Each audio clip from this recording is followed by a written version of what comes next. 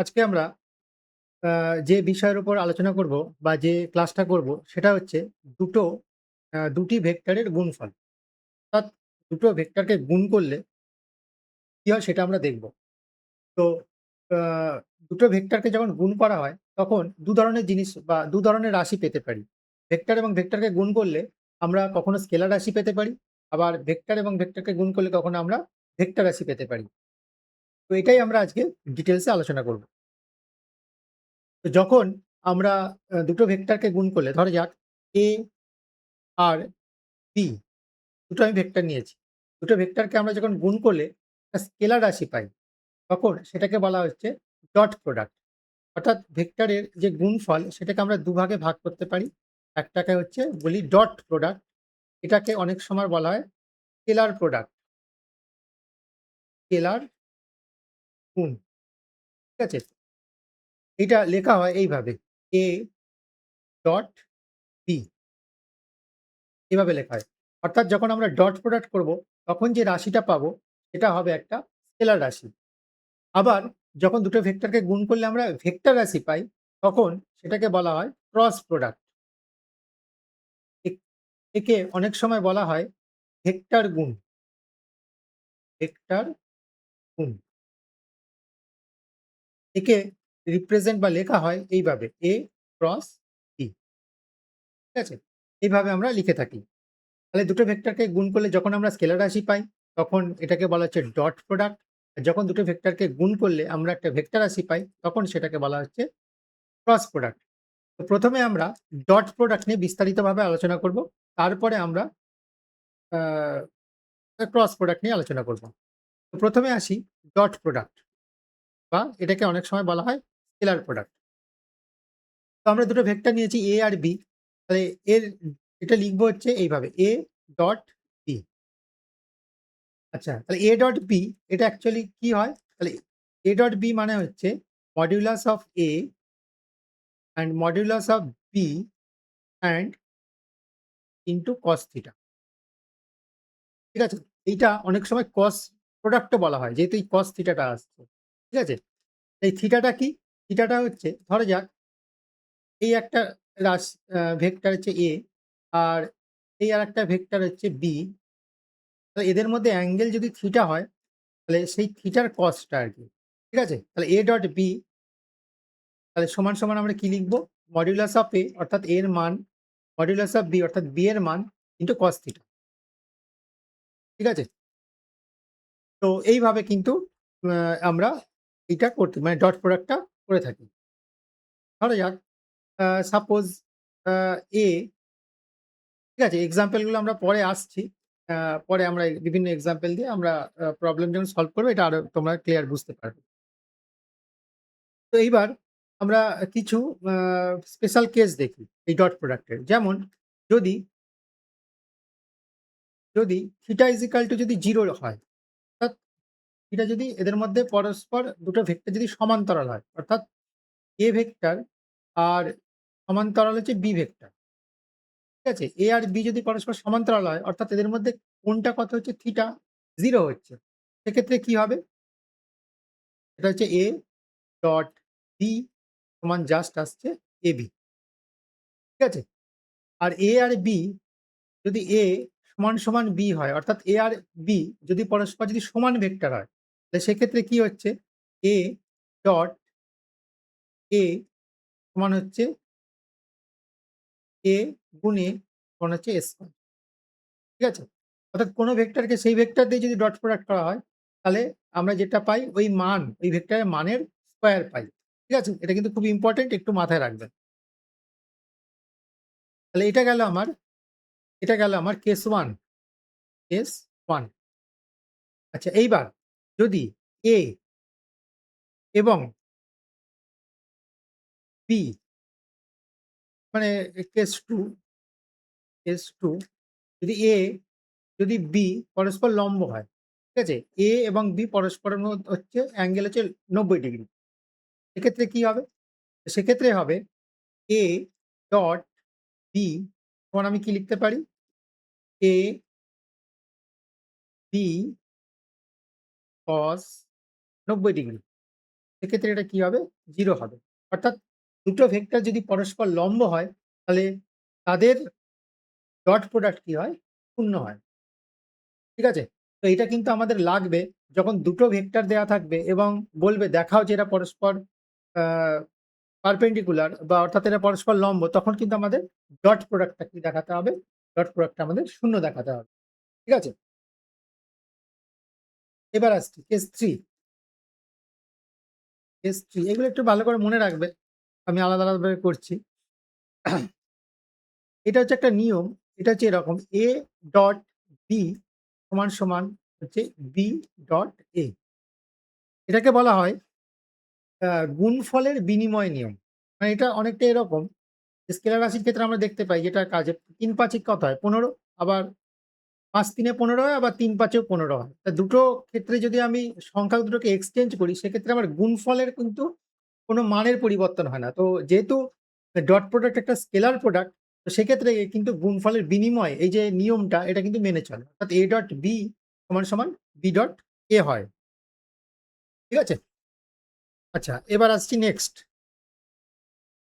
সেটা হচ্ছে যখন আ দুটো ভেক্টরের মধ্যে কোণ বার করতে বলবে। ঠিক আছে? দুটো ভেক্টরের মধ্যে কোণ বার করতে বলবে, তখন কিন্তু আমরা ডট প্রোডাক্ট ইউজ করব। আবার বলছি, দুটো ভেক্টরের মধ্যে যখন আমরা কোণ বার করব বা এরকম ধরনের কোয়েশ্চেন আসবে, দুটো ভেক্টর দেয়া থাকবে। অর্থাৎ দেয়া থাকছে A ভেক্টর এবং B ভেক্টর, এদের মধ্যে কোণ হচ্ছে থিটা, এই মানটা বার করতে বলবে, তখন আমরা কিন্তু ডট প্রোডাক্ট ইউজ করব। এটা কিন্তু মাথায় রাখবে। ঠিক আছে? কিভাবে ইউজ করব? না, ১ম এ A ডট B সমান লিখে নেব A B cos থিটা। আমি আর মডুলাস দিচ্ছি না, তোমরা বুঝে নাও। তা সমান, সমান হবে cos theta is equal to A dot B by AB, বা থিটা সমান, সমান হবে cos inverse A dot B by AB। তো এইভাবে কিন্তু আমরা কোণটা বার করব। ঠিক আছে? তো এইটা কিন্তু খুব ইম্পোর্টেন্ট, এটা একটু মাথায় রাখবে। তো দুটো ভেক্টর কখন আমরা ডট প্রোডাক্ট ইউজ করব আমি পরে আসছি। বিভিন্ন এক্সাম্পল নিয়ে তোমাদের বিষয়টা একটু বুঝিয়ে দেব। মনে রাখবে, যখন দুটো ভেক্টরের মধ্যে কোণ বার করতে বলবে, তখন কিন্তু আমরা এই ডট প্রোডাক্ট ইউজ করব। এইবার আসছি কেস 5। আচ্ছা, এবার আমরা স্থানাঙ্ক ভেক্টরের দিকে একটু এগোই। তো আমরা জানি আ আমরা 3 ডাইমেনশন কার্টেসিয়ান কোঅর্ডিনেট আমরা পড়েছিলাম। এটা হচ্ছে x, এটা হচ্ছে y অক্ষ, এটা হচ্ছে z অক্ষ। আ তো এই বরাবর হচ্ছে i ক্যাপ ইউনিট ভেক্টর, এটা হচ্ছে j ক্যাপ, এই বরাবর হচ্ছে k ক্যাপ। x অক্ষ বরাবর i ক্যাপ, y অক্ষ বরাবর j ক্যাপ, আর z অক্ষ বরাবর k ক্যাপ। i, i হচ্ছে একটা একক ভেক্টর। এর মান কত? এর মান মডুলাস অফ i মানে হচ্ছে ১। ঠিক আছে? ঠিক একইভাবে মডুলাস অফ j মানে ১ আর মডুলাস অফ k মানে ১। তো যদি এখন আমরা i ডট i করি, তাহলে i ডট i করলে কি হবে? আ 1 ইনটু 1 ইনটু cos 0। তো সেক্ষেত্রে কি হবে? 1 ই হবে। যদি ঠিক একইভাবে j cap dot j cap করলেও 1 হবে। Similarly k cap dot k cap করলেও কি হবে? 1 হবে। হলো? কারণ এরা তো সব কি? একক ভেক্টর। এদের মান ১ এবং নিজেদের মধ্যে অ্যাঙ্গেল কত? i ডট i, অর্থাৎ i আর i ভেক্টরের মধ্যে অ্যাঙ্গেল কত? 0। সেক্ষেত্রে 1 ডট 1 cos 0 সমান, সমান একই আসছে। এরকম similarly j dot j 1, k dot k 1। এইবার যদি আমরা এরকম করি, i ডট j করি, সেক্ষেত্রে দেখো i ভেক্টর, এই i ভেক্টর এবং j ভেক্টরের মধ্যে অ্যাঙ্গেল কত? ৯০ ডিগ্রি। তো সেক্ষেত্রে কি হবে? 1 ইনটু 1 cos ৯০ ডিগ্রি সমান, সমান হচ্ছে 0। অর্থাৎ i ডট j করলে আমরা পাচ্ছি 0। এরকম k ডট k করলেও পাবো 0। আবার k ডট i করলেও আমরা পাবো 0।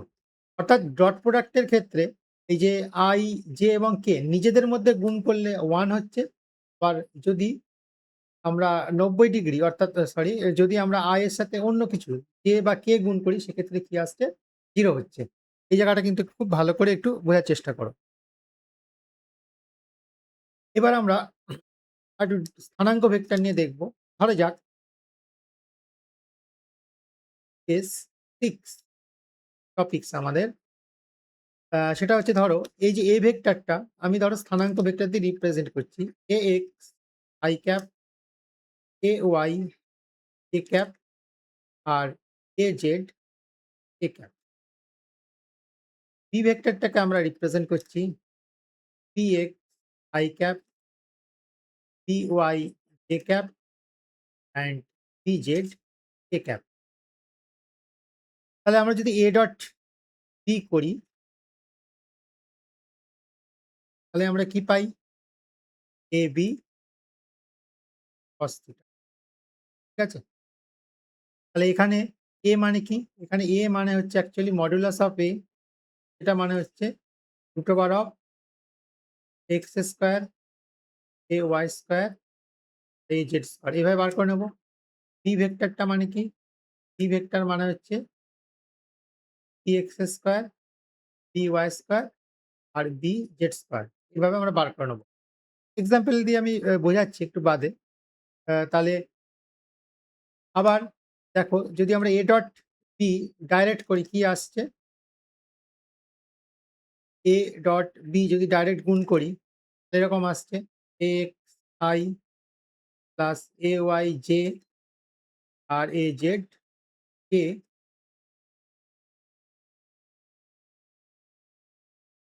Dot bx i plus by j bz k।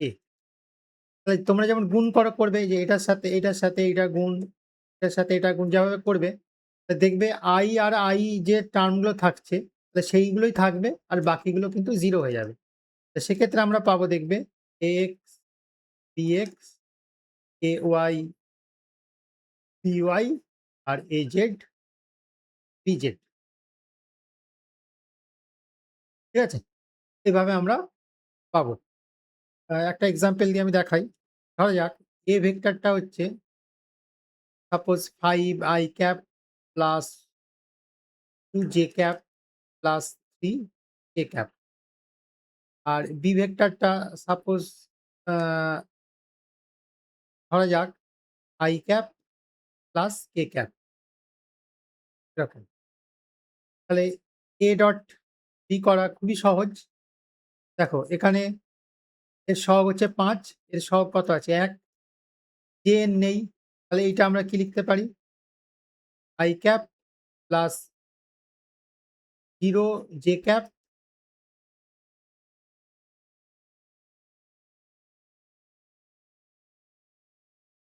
অর্থাৎ লিখতে পারি এটা 0 j cap plus k cap. তাহলে আমরা কি করব? এর সাথে এর সহগ গুণ করব। তাহলে a ডট b সমান হবে 5 into 1 plus 2 into 0 plus 3 into 1। এটা সমান হবে 5 প্লাস 3 8। ঠিক আছে? তো এইভাবে আমরা করব। বুঝা গেল? তাহলে এইভাবে আমাদের গুণগুলো করতে হবে। এবার যেটা আ আগে বলেছিলাম আ যে দুটো ভেক্টরের মধ্যে কোণ যদি বার করতে দেয় তাহলে সবসময় আমরা ইউজ করব হচ্ছে অ্যা ডট প্রোডাক্ট। ঠিক আছে? তো আমি এই এক্সাম্পলটা দিয়েই বোঝাচ্ছি। ধরো এই এক্সাম্পলটা দিয়েই আমি বোঝাচ্ছি যে ধরো বলল A আর B ভেক্টরের মধ্যে কোণ বার করো। তাহলে সেক্ষেত্রে আমরা কি করব? তাহলে ১ম এ আমাদের যেটা করতে হবে সেটা হচ্ছে মডুলাস অফ A বার করে নিতে হবে। তাহলে মডুলাস অফ A হচ্ছে কি? ৫ square plus ২ square plus ৩ square সমান, সমান আসছে ২৫ প্লাস ৪ প্লাস ৯। তাহলে এটা করলে কত আসছে? ২৫ আর ৪ এ ২৯, ২৯ আর ৯ ৩৮ রুট ওভার অফ ৩৮। আর মডুলাস অফ বি কত আসছে? মডুলাস অফ বি আসছে হচ্ছে ১ স্কয়ার যোগ ১ স্কয়ার সমান, সমান হচ্ছে √2। তাহলে দুটোর মধ্যে কোণ আমি ধরে নেব থিটা। তাহলে A ডট B সমান, সমান হচ্ছে A B cos থিটা বা cos থিটা সমান হচ্ছে a dot b by ab। এই যে এটা বসিয়ে দিই। এটা a ডট b করলে আমি কত পেয়েছি? a ডট b করলে আমি পেয়েছি 8 বাই এর মান হচ্ছে √38 আর b এর মান হচ্ছে √2। তাহলে এখান থেকে থিটা বা থিটা সমান হচ্ছে cos ইনভার্স 8 বাই √38/2। তাহলে এইভাবে আমরা আ থিটার মানটা বার করব। ঠিক আছে? তাহলে এই ছিল আমাদের ডট প্রোডাক্ট। তাহলে ডট প্রোডাক্ট আ আমরা যদি দেখি তাহলে কি? একটু জিস্ট টা তোমাদের একটু দেখাই যা পড়ালাম। সেটা হচ্ছে দেখো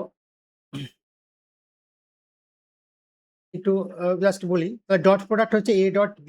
তাহলে আমরা লিখব হচ্ছে কি? AB cos থিটা এভাবে লিখব। এটা হচ্ছে দুটো আ ভেক্টরের মধ্যে অ্যাঙ্গেল। আচ্ছা, যখন দুটো ভেক্টরকে নিজেদের মধ্যে ডট প্রোডাক্ট হবে অর্থাৎ A ডট A, তো সেক্ষেত্রে কি হবে? A square. ঠিক আছে? আচ্ছা, যদি দুটো ভেক্টর পরস্পরের উপর লম্ব হয় তাহলে তাদের ডট প্রোডাক্ট কত হবে? তাদের ডট প্রোডাক্ট হবে 0।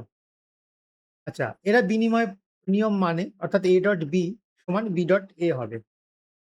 আচ্ছা, দুটো ভেক্টরের মধ্যে যখন আমরা কোণ বার করব, তো সেক্ষেত্রে আমরা ডট প্রোডাক্ট ইউজ করব এবং এইভাবে করব। আচ্ছা, যখন আমরা স্থানাঙ্ক ভেক্টর নিয়ে কাজ করব, তখন i cap dot i cap অর্থাৎ x অক্ষ বরাবর একক ভেক্টর এবং x অক্ষ বরাবর একক ভেক্টর ডট প্রোডাক্ট কি হয়? ১ হবে। অর্থাৎ i dot i ১, similarly j dot j ১, k dot k ১। ঠিক আছে?